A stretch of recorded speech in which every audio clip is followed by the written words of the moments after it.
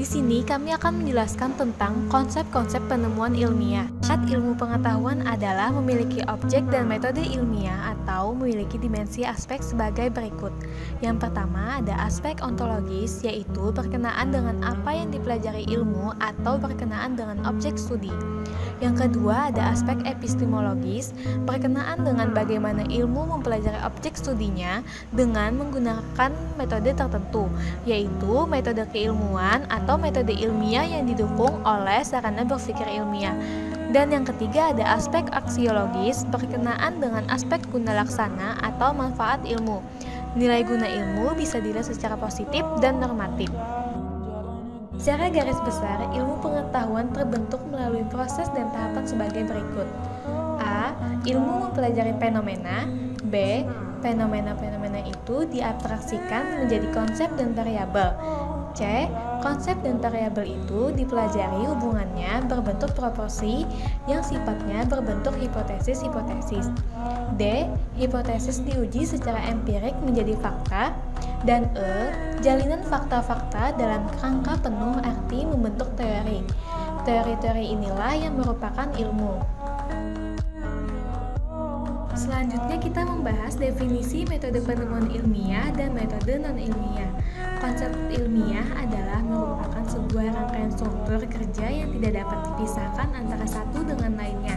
Metode penelitian ilmiah juga didefinisikan sebagai suatu cara untuk menunjukkan dan memberikan bukti akan kebenaran suatu teori dan atau pernyataan terkait dengan yang akan dikemukakan. Sementara itu, pengertian metode penelitian non-ilmiah adalah sebuah cara yang digunakan untuk memecahkan suatu masalah tertentu, namun dalam pelaksanaannya hanya didasari dengan suatu pendapat atau anggapan tertentu dari para ahli pikir atau dari para penguasa yang dianggap benar. Pengetahuan pada hakikatnya memiliki beberapa komponen sebagai berikut. Pertama, teori, kedua, fakta, ketiga, fenomena, dan yang terakhir, konsep. Aparatur atau kelengkapan ilmu pengetahuan selain memiliki komponen-komponen dan struktur, juga memiliki aparatur atau kelengkapan-kelengkapan seperti A. Aksioma. Aksioma adalah pangkal dasar berpikir atau konsep dasar suatu ilmu, misal konsep dasar ilmu pendidikan, konsep dasar entrepreneurship, konsep dasar ilmu ekonomi. B. Data adalah fakta-fakta sebagai bukti empirik. Ada 3 macam data, yaitu faktor endowment, variabel, dan faktor given. C. Metode berpikir terdiri dari deduksi, induksi, dan sintesis. Kelengkapan ilmiah lainnya meliputi model-model, alat berpikir, postulat, dan teknik penalaran.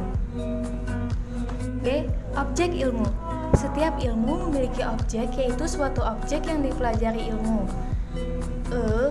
Fungsi ilmu adalah menjelaskan, memprediksikan, mendeskripsikan, dan mengendalikan. F. Problem. Semua ilmu pengetahuan diawali dengan adanya problem. Misal, problem dalam ilmu ekonomi adalah sumber daya yang terbatas, sedangkan kebutuhan manusia tidak terbatas. Suatu cabang ilmu yang membahas tentang cara atau metode digunakan dalam kegiatan penelitian.